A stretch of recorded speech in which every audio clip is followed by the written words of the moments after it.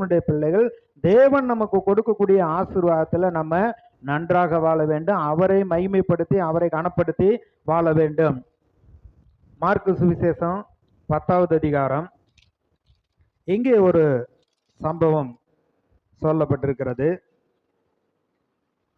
இயேசு புறப்பட்டு வழியில போறப்ப 17வது வசனத்திலிருந்து பாருங்க. பின்பு அவர் புறப்பட்டு வழியிலே போகையில் ஒருவன் ஓடி வந்து அவருக்கு முன்பாக முழங்கால் படியிட்டு, நல்ல போதகரை, நித்திய ஜீவனை சுதந்தரித்துக் கொள்ளும்படி நான் என்ன செய்ய வேண்டும் என்று கேட்டான். அதற்கு இயேசு, நீ என்னை நல்லவன் என்று சொல்லுவானேன்? தேவன் ஒருவரை தவிர நல்லவன் ஒருவனும் இல்லையே.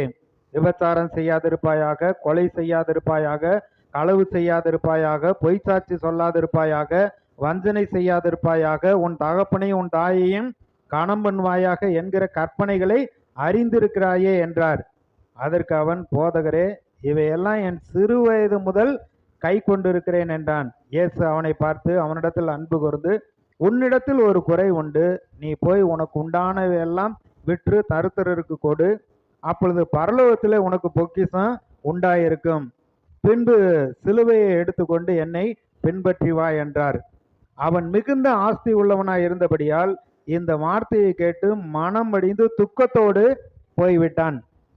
அதனால ரட்சிக்கப்பட்டு வந்த உடனே, நீ பணக்காரனா, உன் ஆஸ்தியை பூரா வித்து ஏழைகள் கொடுத்துட்டு நீ வா, அப்பதான் உனக்கு ஆண்டவர் பரலோக ராஜ்யத்துல இடம் கொடுப்பாரு. அப்படி போதிக்கிறதும் தப்பு. இந்த இடத்துல அந்த வாலிபன் ஐஸ்வர்யம் உள்ளவன் தான், நித்திய ஜீவன் வேண்டும் என்று கேட்கிறான். ஆனா அதை விட்டுட்டு வா அப்படின்னு இவன்கிட்ட மட்டும்தான் சொன்னாரு. ஆனா அவனுக்கு விட மனசு இல்லாததுனால அவன் ஆதாரம் பூரா எனக்கு சொத்து தான், இதை வித்துட்டு வர சொல்றாரு, இந்த பரலவும் வேண்டாம் இயேசு வேண்டான்ட்டு அவன் துக்கத்தோட போனானா. இப்ப இயேசு என்ன சொல்றாருன்னு பாருங்க. அப்பொழுது இயேசு சுற்றி பார்த்து தம்முடைய சீசரை நோக்கி, ஐஸ்வர்யம் உள்ளவர்கள் தேவனுடைய ராஜ்யத்தில் பிரவேசித்து எவ்வளவு அரிதா இருக்கிறது. ஐஸ்வர்யம் உள்ளவர்கள் பரலோகத்துக்கு வர்றது கஷ்டம் அப்படின்னு சொல்லிட்டு அப்புறம் சொல்றாரு. என்ன பாருங்க, மறுபடியும் என்ன சொல்ற, சீசர்கள் அவருடைய வார்த்தைகளை குறித்து ஆச்சரியப்பட்டார்கள். இயேசு பின்னு அவர்களை நோக்கி, பிள்ளைகளே, ஐஸ்வர்யத்தின் மேல் நம்பிக்கையா இருக்கிறவர்கள் தேவனுடைய ராஜ்யத்தில் பிரவேசிக்கிறது எவ்வளவு அரிதா இருக்கிற. அவன் நம்பிக்கை பூரா அதுதான், இதுதான் என் வாழ்வு, இதுதான் என் ஜீவன், என் ஆதாரம், இதை விட்டுட்டு வர சொல்றாரு.